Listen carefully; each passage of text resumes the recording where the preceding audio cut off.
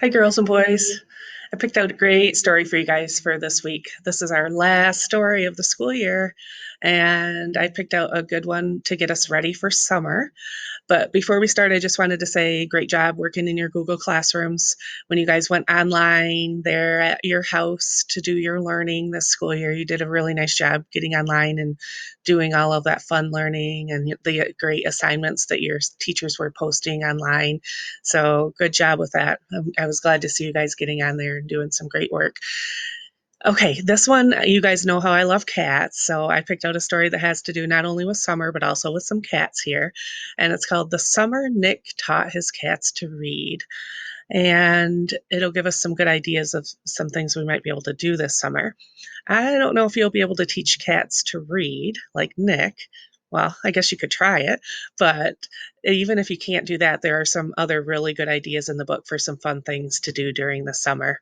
Okay, so let's go ahead and read This Summer Nick Taught His Cats to Read.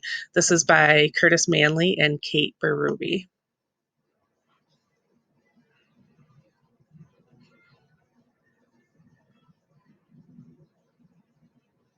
Nick had two cats, Vern and Stevenson. They spent summers doing everything together. Ooh, there's some good ideas right there. Having a little splash pool or wading pool outside. I love the tent idea, throwing a tent out on the yard and looking up at the stars at night, going for bike rides. And then over on the next page, we're going to see, oh, Nick's reading. Well, at least he's trying to read, right?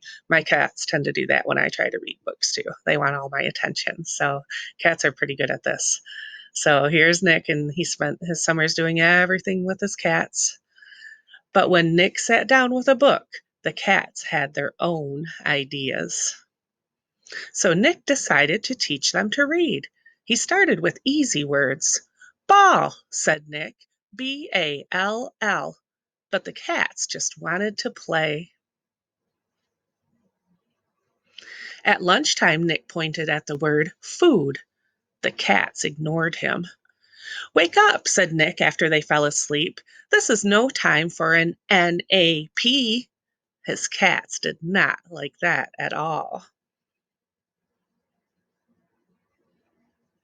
So Nick made new flashcards, and Vern got interested, but not Stevenson.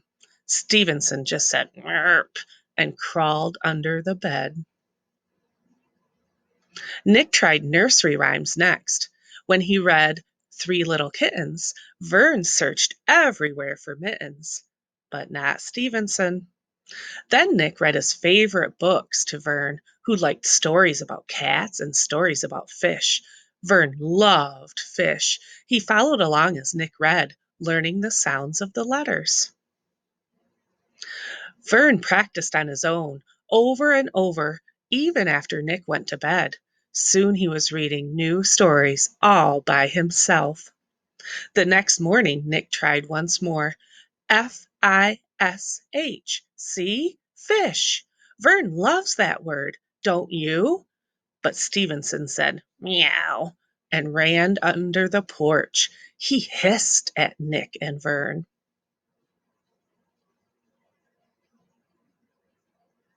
Vern got his own library card and borrowed so many books that Nick could hardly carry them home.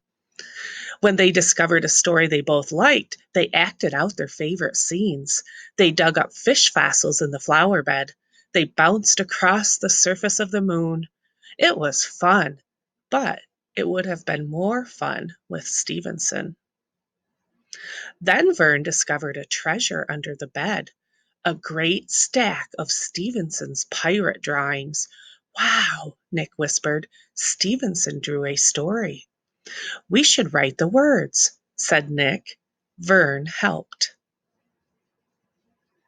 When they were done, they squeezed under the porch, gave Stevenson an eye patch, and read The Tale of One-Eyed Stevenson and the Pirate Gold. Stevenson listened and followed along. He didn't run away or hiss, not even once. So Nick and Vern took him to the library to find more books. The next morning, when Nick woke up, Stevenson already had his whiskers in a book. When Vern and Nick needed help fighting pirates, Stevenson found a sword, too. Welcome aboard, matey, Nick yelled. Step lively. Nick and Vern rounded up 2 scurvy mutineers, and Stevenson held them at bay. Then Nick and Vern climbed the mast and looked out over Treasure Island. When Nick yelled, Land ho! Stevenson was right there with them. Then they all hurried down and waded ashore, and it was Stevenson who found the buried treasure. Now Nick and his cats hunt for dinosaurs in the lost world behind the garden. They race around the yard in 80 seconds. They journey to the center of the basement. Sometimes Vern and Stevenson curl up with their own books, and sometimes Nick reads to them while they close their eyes and purr. But Nick also likes it when someone reads to him. Maybe I should teach you how to speak, he says to his cats. How hard could that be? Meow, says Stevenson. The end. That was a great one. That was a lot of fun, wasn't it, you guys? I love how Vern and Stevenson were totally different. Vern decided he wanted to read and he practiced and practiced and practiced, and that's how he got to be a better reader. Stevenson wasn't too excited about it at first, but it just took finding the right book, didn't it? Something Stevenson was really interested in. And then he started wanting to read all the time, too. What great ideas for summer in that story, too. I hope you guys have a summer like Nick's, and I hope you have lots of fun using your imagination and being creative, getting outside and having lots of fun exploring. Do lots of fun things like that this summer, you guys. And don't forget to read. Keep reading all summer, okay? It's lots of fun. You could read to your cats or dogs or other pets if you have some. Read to your family members. They love hearing your stories.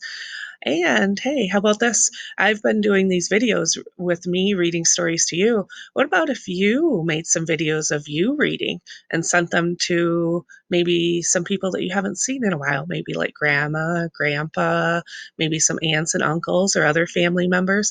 They would probably love to see some videos of you reading over the summer. That would be a great way for you guys to share some really good books with people that you know and love and that you haven't seen in quite a while. Okay, and I bet they would really enjoy it. So that might be a good idea for you to do this summer. So enjoy those books, enjoy your families, enjoy your pets, enjoy nature. Get outside and have lots of fun this summer, you guys, and enjoy. Okay, happy summer. We'll see you next fall. Bye.